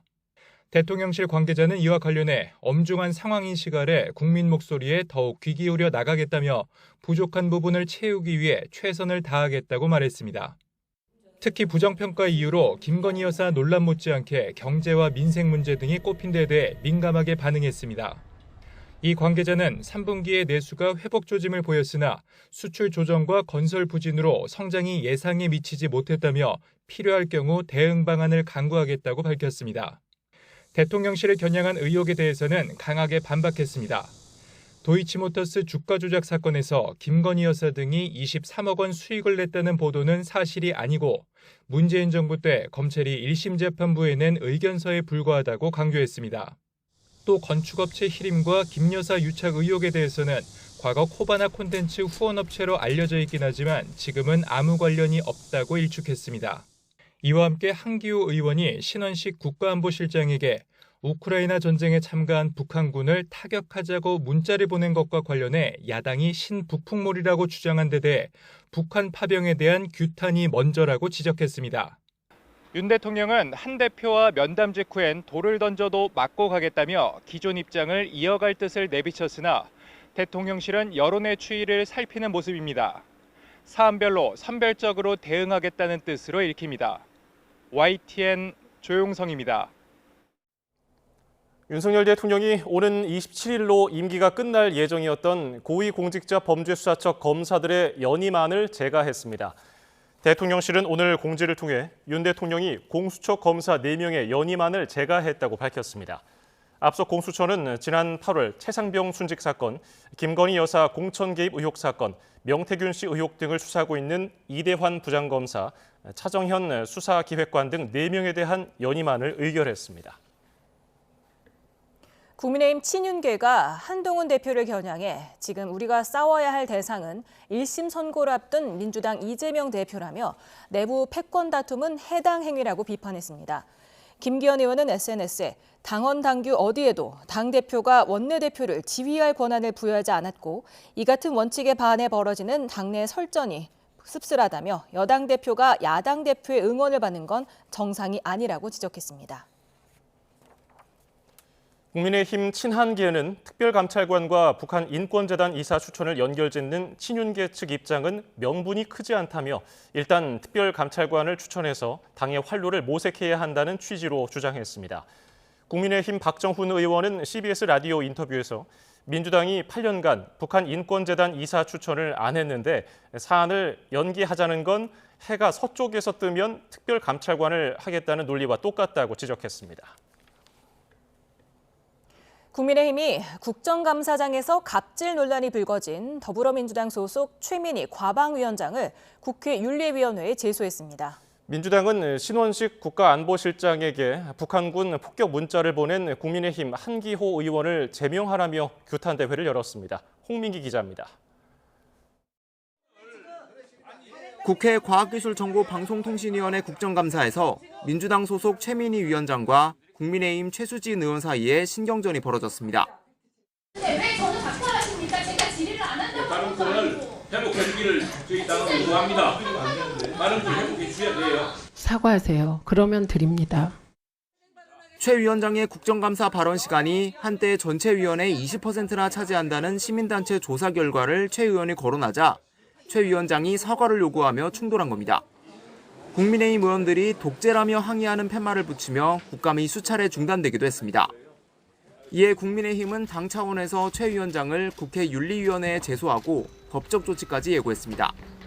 직권 남용에 해당된다고 생각을 합니다. 현재 법률 검토를 하고 있으니까. 반면 민주당은 신원식 국가안보실장에게 이른바 북한군 타격 문자를 보낸 국민의힘 한기호 의원을 고리로 반격에 나섰습니다. 러시아 우크라이나 전쟁의 불길을 서울로 옮기려는 거냐며 국민의힘의 한 의원 제명을 촉구했습니다. 이역만리에서 벌어지는 전쟁 위기를 우리 한반도까지 끌고 들어오려는 것입니까? 민주당은 한 의원 문자를 신북풍몰이로 규정하고 규탄대회를 열어 신원식 실장 역시 즉각 해임돼야 한다고 주장했습니다. 이에 국민의힘은 자국군인을 총알바지로 파병하는 김정은 정권을 민주당이 제대로 비판하지 못한다며 사적인 대화를 공식 입장으로 왜곡해 정쟁에 활용해서는 안 된다고 맞섰습니다. 22대 국회 첫 국정감사는 다음 달 1일 국회 운영위원회를 마지막으로 마침표를 찍습니다. 하지만 여야가 막판까지 극한 대립을 이어가면서 정책국감, 민생국감과 멀어졌다는 지적은 이번에도 피할 수 없을 것으로 보입니다. YTN 홍민기입니다.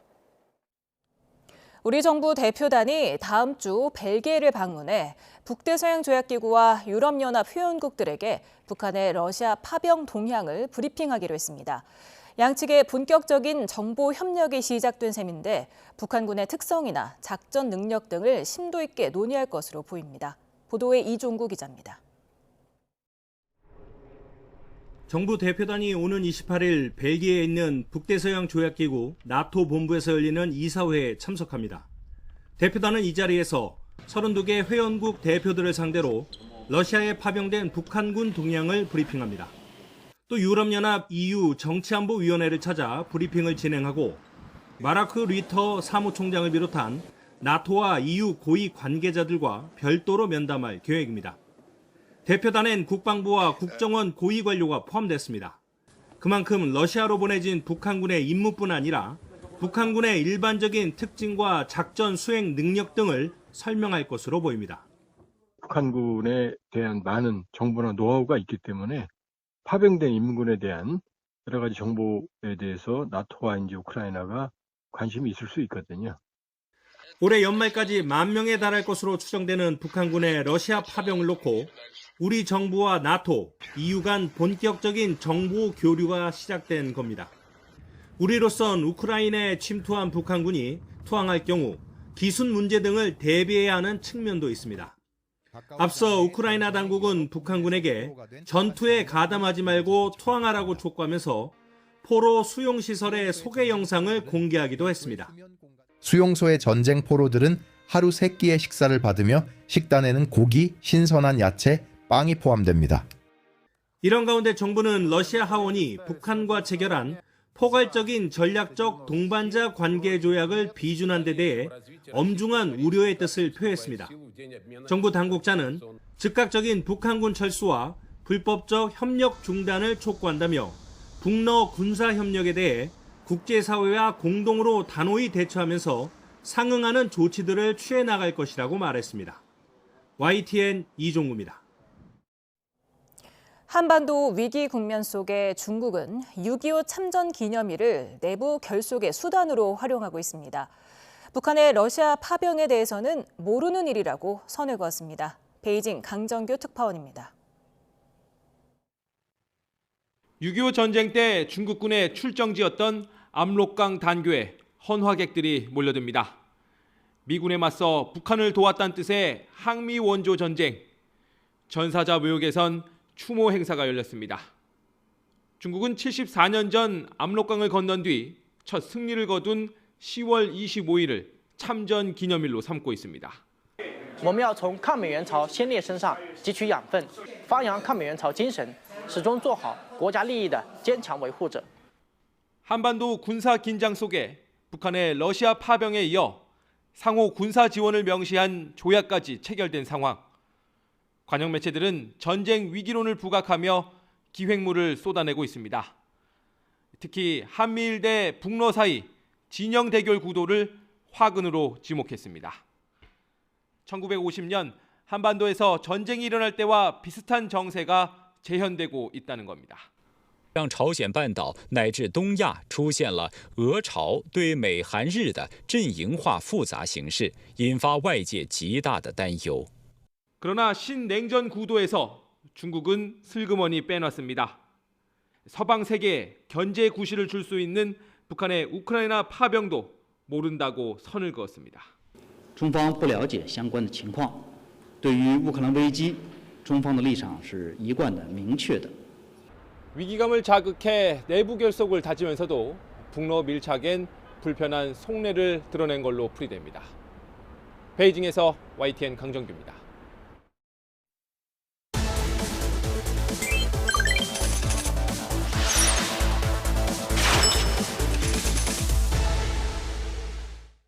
뉴스플러스 오늘의 경제 픽입니다.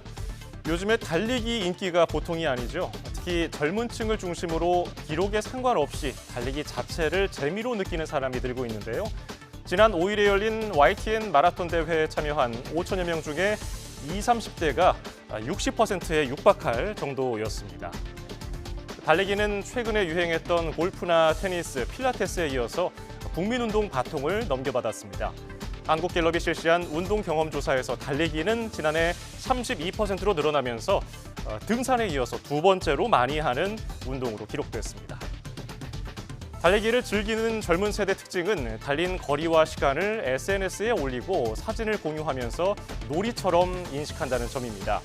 또 달리기와 기부를 연계한 이른바 기부런도 등장을 했는데요. 지난 3월 서울 여의나루역 일대 8.4km를 달리면 한 사람당 기부액 840원이 적립되는 행사에 4천 명 가까이 참여하기도 했습니다. 달리기 인기가 높아지자 관련 산업도 성장세입니다. 한국섬유산업연합회에 따르면 지난해 전체 운동화 시장 규모는 4조 원가량으로 성장을 했는데요. 이 중에 러닝화 시장은 한 1조 원 정도로 추산되고 있습니다. 유행에 민감한 젊은 층 사이에서는 원하는 러닝화를 사려고 아침부터 줄을 서는 오픈런 현상까지 빚어지고 있습니다. 유통업체들은 특화 매장을 꾸미는 등 고객 사로잡기에 나섰습니다. 황보혜경 기자입니다. 하나, 둘, 셋, 화이팅! 힘찬 구령과 함께 달리기를 시작합니다. 코스는 서울의 러닝 명소 경복궁 둘레길입니다. 일단은 살기 위해 뛰고 있고요. 네, 그리고 지금 돌된 아기가 있는데 육아를 하기 위해서 계속 퍼지다 보니까 이게 뛰면 좀 그나마 낫더라고요. 네, 저도 약 10분째 둘레길을 달리고 있습니다. 바람을 맞으면서 이렇게 도심 한 바퀴를 뛰니까 머릿속까지 맑아지는 기분입니다. 관련 용품 매출도 크게 늘었습니다.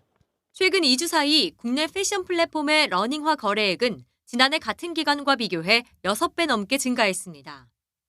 이 기간 바람막이와 반바지 등 러닝 의류 거래액 증가율도 20%를 넘었습니다. 러닝 전문 편집숍은 이른바 오픈런 현상이 빚어질 정도입니다. 스포츠 브랜드들은 임시 매장을 여는 등 고객 공략에 나섰습니다. 저는 러닝 시작한 지 2달째 됐고요. 원래는 집에 있는 러닝화 신다가 이제 좀 더 제대로 달려보고 싶어서 그리고 좀 더 예쁜 거 신고 싶어서 오늘 방문을 했습니다. 특히 젊은 층이 러닝에 큰 관심을 보이고 있습니다. 지난달 국내 백화점의 2030 세대 스포츠 신발 매출은 1년 전보다 44% 늘며 전체 매출 증가율을 뛰어넘었습니다. 백화점도 기존 스포츠 매장을 러닝 특화 매장으로 탈바꿈하거나 새로운 브랜드 입점을 늘리는 추세입니다. 2030 세대들에게 인기 있는 트렌디한 대중 브랜드뿐만 아니라 유럽에서도 인기 있는 수입 브랜드들을 유치해 나가고 있습니다.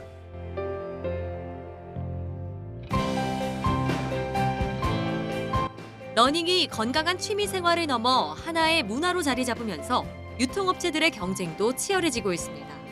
YTN 황보혜경입니다. 우리나라 아파트 역사상 최대 규모인 서울 둔촌동의 올림픽파크 포레온이 다음 달 입주를 앞두고 있는데요. 그런데 이렇게 초대형 규모에도 불구하고 다량의 물량이 풀리며 전셋값이 떨어지는 이른바 입주장 효과가 거의 나오지 않는 모습입니다. 왜 그런지 김기봉 기자가 취재했습니다. 46만 제곱미터 광대한 부지에 최고 35층 아파트 85개 동 12,032가구가 웅장한 모습을 드러낸 올림픽파크 포레온. 올해 서울 전체 아파트 입주 물량의 40%를 차지하는 대단지인 만큼 일시적으로 매매가도 낮아지고 전셋값도 내려가는 이른바 입주장 효과도 크게 기대됐습니다. 하지만 실제 주변 시세는 그렇지 않은 모습입니다. 4, 5개월 전부터 이제 계약이 체결되기 시작했는데 최초에는 한 8억대부터 시작해서 지금 현재는 한 84 기준이 한 9억 한 5천에서 한 10억 정도 사이에서 계약이 체결되고 있습니다. 아파트가 위치한 강동구를 비롯해 인근 송파구와 하남시의 전셋값 추이를 봐도 입주장 효과는 보이지 않고 보합이거나 오히려 오르는 모양새입니다. 우선 전세 매물 자체가 2,700여 건, 월세를 합쳐도 4,000건 정도로 단지 가구 수의 3분의 1 수준입니다. 입주 물량의 절반 정도 임대차 매물이 나오는 일반 단지에 비해 적은 편입니다. 전세 계약이 미리 이루어져 시기적으로 분산됐고 실거주 의무에 대한 부담이 작용했다는 분석입니다. 임박한 현재 시점이 아니라 미리 전세로 내놓았던 부분들이 계약이 된 사례도 있고 이제 일반 분양의 경우에 실거주 의무 기간 3년 유예가 되기는 하지만 이런 부분을 고려했을 때 입주하는 매물도 상당한 것으로 보여지기 때문에 이제 단지 자체의 전세 매물이 상대적으로 적다고 할 수 있을 것 같아요.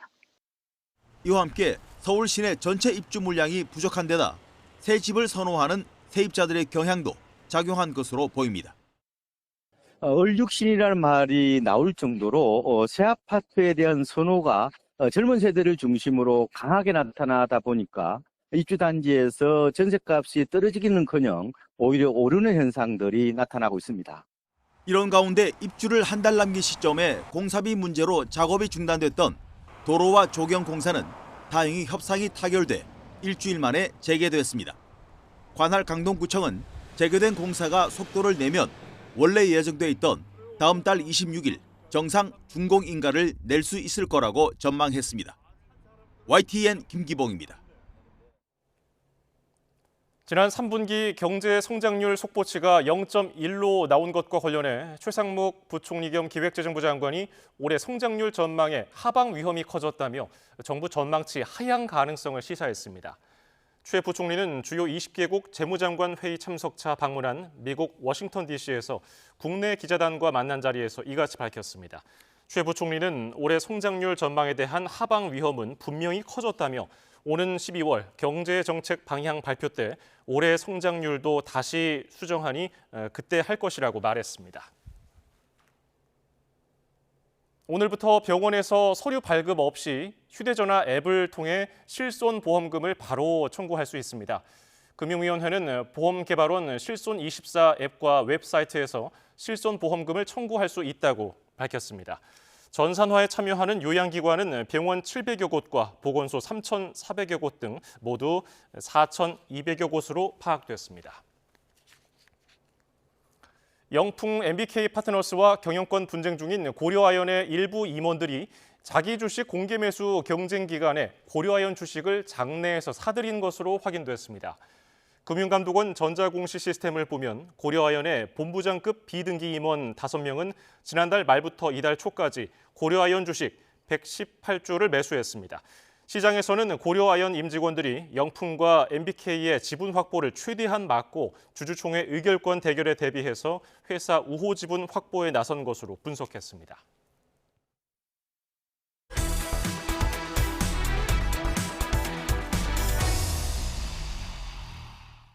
국제통화기금 IMF가 미국 대선 이후 미중 무역 갈등이 심화할 경우 한국이 다른 나라보다 더 큰 타격을 입을 것으로 전망했습니다.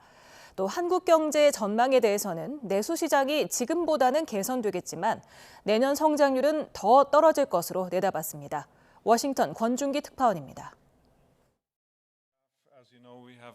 미국 대선 이후 미중 무역 갈등이 더 격화할 것으로 보이는 가운데 IMF 기자회견에서는 한국 경제에 미칠 영향이 질문이 나왔습니다. IMF는 수출에 의존하는 한국 경제 특성을 짚으며 상대적으로 더 부정적인 영향을 받을 것으로 내다봤습니다. An increase in trade tensions is a major downside risk. Korea is very strongly integrated in global supply chains into global markets and strongly exposed both to China and the United States. 다만 무역 전쟁이 불붙었을 때 미중 양국이 취할 조치 등 세부 사항에 따라 변수가 많을 거라며 더 구체적인 전망은 내놓지 않았습니다. 한국 경제 전반에 대해선 올해 2.5%에서 내년 2.2%로 하락할 거라는 기존 전망을 재확인하며 수출보다 내수가 문제라고 평가했습니다. 다만 인플레이션이 잡히고 한국은행이 통화 정책을 완화하기 시작하면서 상황은 나아질 것으로 관측했습니다. Real purchasing power will increase and we expect domestic demand to strengthen. Indeed, in the Q3 release that was just released last night, Washington time, domestic demand in Korea has strengthened in Q3 as expected. 게오르기 에바 IMF 총재는 별도 기자회견에서 중국 앞에 놓인 길은 수출 주도 성장과 내수 활성화 두 갈래라며 이 가운데 중국이 추구할 길은 내수라고 진단했습니다. As the Chinese economy has grown so big, it is the latter, domestic consumption, that is the reliable source of growth. 또 부동산 침체를 해결하지 않으면 중국 소비자 신뢰가 타격을 입을 거라며 결정적 조치를 취할 것을 촉구했습니다. IMF 총재는 중국 정부가 경제 위기에 손을 쓰지 않으면 잠재 성장률이 4% 이하로 둔화할 수 있다는 경고도 내놨습니다. 워싱턴에서 YTN 권준기입니다. 탄소 배출 저감에 초점을 맞춘 바이든 행정부의 에너지 정책을 놓고 트럼프 전 미국 대통령은 유턴을 주장하고 있습니다. 반면 해리스 부통령은 기존 정책을 이어가겠다는 입장인 만큼 이 에너지 정책이 미 대선의 주요 변수로 작용할 전망입니다. 뉴욕에서 이승윤 특파원의 보도입니다. 도널드 트럼프 전 미국 대통령은 물가 안정을 위해 에너지 가격을 낮추겠다는 명분을 내세워 화석연료 중심의 에너지 공약을 제시했습니다. We're going to drill, baby, drill. We are going to bring energy down by 50%, 50% within 12 months from January 20th. 트럼프는 에너지 자립을 신속하게 이루겠다며 화석 에너지 이용을 다시 늘리겠다는 계획인데 탄소 배출 저감에 초점을 맞춘 바이든 행정부의 에너지 정책에서 유턴을 선언한 셈입니다. 정반대로 카멀라 해리스 부통령은 앞으로 10년간 탄소 배출을 줄이고 청정 에너지 경제를 건설하겠다고 강조했습니다. 바이든 행정부에서 수립한 기후위기 대응 정책을 이어나가겠다는 뜻을 분명히 한 겁니다. President Biden and I feel a deep sense of responsibility in this moment. The largest investment in climate, not only in the history of our country, but in the history of the world. 이런 가운데 미국 대부분의 주에서 대표적인 생활 물가 지표 가운데 하나인 휘발유 가격은 갤런당 3달러 근처 혹은 그 이하로 떨어졌습니다. 과거 대선 전에 몇 주 전보다 훨씬 저렴하게 주유를 할 수 있게 된 겁니다. 미국 언론은 해리스가 휘발유 가격 하락을 자신의 공으로 돌리면서 이런 경제적 호재를 활용하려고 노력하고 있다고 평가했습니다. 대선 결과 트럼프 전 대통령의 뉴욕 지역 본거지인 이곳 트럼프 타워에서 탄성이 터져나올지 탄식이 터져나올지와 관련해 에너지 문제가 중대 변수 가운데 하나로 작용할 전망입니다. 뉴욕에서 YTN 이승윤입니다. 올해는 단풍이 유난히 늦게 물들고 있습니다.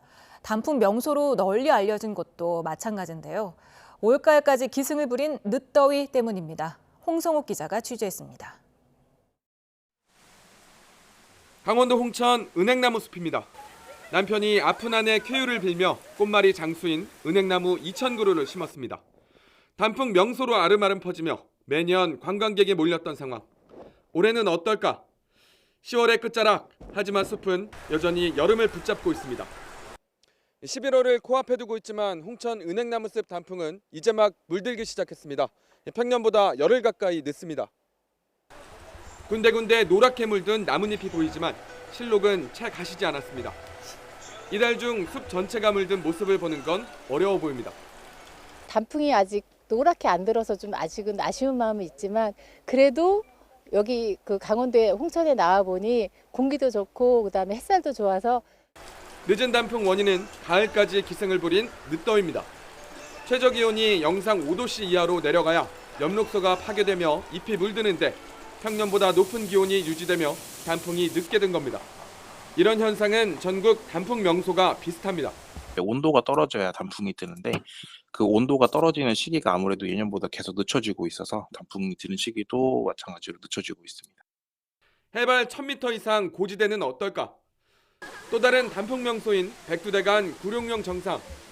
나무는 잎을 모두 떨구고 겨울 맞을 준비를 시작했습니다. 이 단풍나무 군락지입니다. 원래라면 이 시기쯤에는 빨갛게 물든 단풍이 가득해야 하는데요.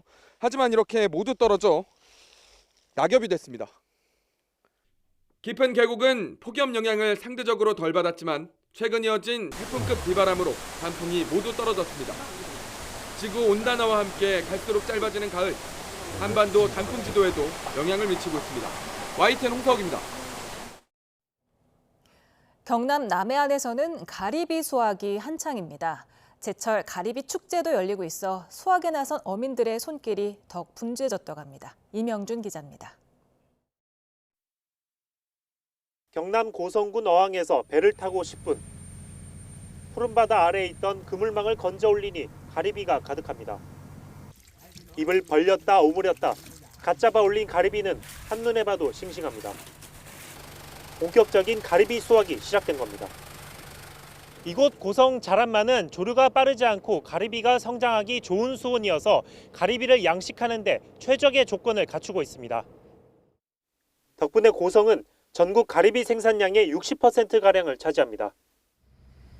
여기에다 고성 청년어업인 대부분이 가리비 양식을 하고 있어 가리비의 고장으로 확실히 자리매김하고 있습니다. 서울에서는 직장 생활을 15년 정도 하다가 지금도 자리 잡고 있는 시기라고 생각하고 있습니다. 그래도 앞으로 미래가 보이기 때문에 더 이제 사업을 키워나갈 생각이고. 올해 수확량도 지난해와 비슷할 것으로 보여 어항이 나쁘지 않을 것으로 예상됩니다. 또 축제까지 열려 어민들은 고성이 가리비의 주산지라는 점이 널리 알려지길 기대하고 있습니다. 깨끗하고 환경 좋은 자라면 가리비를 많이 즐겨 주시고 3일간 축제 기간 안에 오시면 저렴한 가격으로 구입할 수 있습니다. 많이 참석해 주시면 고맙겠습니다. 선선한 바람이 부는 가을, 제철을 맞은 고성 가리비가 미식가들의 입맛을 자극하고 있습니다. YTN 이명준입니다. 많은 연예계 동료들이 오늘 세상을 떠난 배우 김수미 씨의 빈소를 찾아 애도의 뜻을 전했습니다. 드라마 전원일기에서 김 씨의 아들 이일용 역할을 맡았던 배우 박은수 씨는 오늘 오후 빈소가 차려진 서울 한양대병원 장례식장을 찾았습니다. 유재석 씨와 배우 염정아, 조인성, 최명길 씨 등 다른 동료 연예인들의 조문 행렬도 이어졌습니다. 뮤지컬 친정엄마에 함께 출연했던 SSS501 김형준 씨도 빈소를 찾아 아직도 믿기지 않는 상황이라며 황망한 심경을 전했습니다. 이틀 뒤면은 영원한 마왕 고 신해철 씨가 대중 곁을 떠난 지 꼭 10년이 되는 날입니다. 음원 사이트에서도 검색량이 폭증할 만큼 신해철을 그리워하는 팬들의 추모 열기가 뜨겁습니다. 이광현 기자가 후배 가수들이 의기투합한 추모 공연 연습실을 취재했습니다. 예, 가겠습니다. 네, 해소년이요.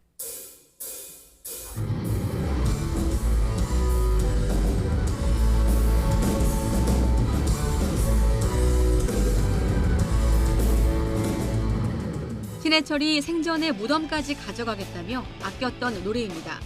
마왕이 떠난 지 꼭 10년 되는 날, 헌정 콘서트가 열립니다. 전성기를 함께했던 넥스트 멤버들도 추모 무대를 앞두고 오랜만에 연습실에 모여 고인을 추억합니다.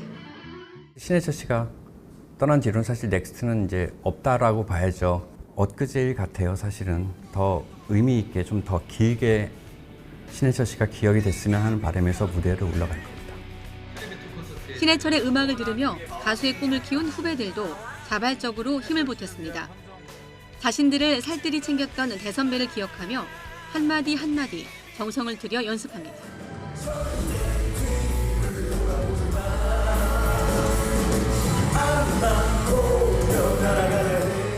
가수로서 정체기인 요즘 선배의 노래는 따끔한 조언으로 들립니다. 가수로서의 자신감을 약간 잃고 있는 시기였거든요. 근데 형 노래를 이렇게 쫙 들으면서 연습도 하고 가사를 이렇게 되뇌이면서 다 저한테 해주는 얘기 같은 거예요. 저의 마음가짐은 굉장히 부담스럽다. 신해철에 대한 그리움이 커지면서 그의 음악을 찾는 팬들도 부쩍 늘었습니다. 음악 플랫폼에서 신해철 음원 평균 청취 건수가 지난달 같은 기간보다 114% 늘었고 신해철을 찾은 검색량은 무려 793%나 급증했습니다. 10년이 지나도 여전히 신해철 씨 그의 음악이 주는 영향력이 많고 그리워하는 팬들이 있다는 것이 음악의 힘이 아닌가 생각되고요. 이 기간 가장 많이 들은 노래는 1988년 대학가요제에서 대상을 받으며 신해철의 존재를 알렸던 그대에게입니다. 자신의 콘서트에서 10년 내내 신해철을 추모하고 있는 싸이의 무대를 비롯해 신해철의 음악과 철학을 재해석한 10주기 공연은 마왕의 음악 인생을 돌아보는 특별전과 함께 열립니다.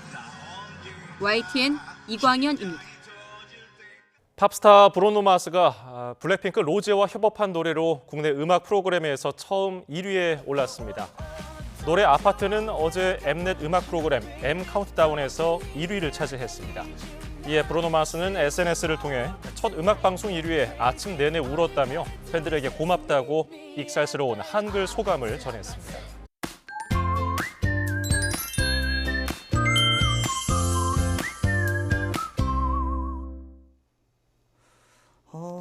김수현 캐스터, 뭐 하고 계세요? 아니 요즘에 머리카락이 좀 많이 얇아지고 또 많이 빠지는 것 같아서 걱정을 좀 하고 있었어요. 너무 얇아진 것 같은데. 그럴 수 있어요. 원래 가을은 탈모의 계절이라고 하잖아요. 탈모의 계절이요?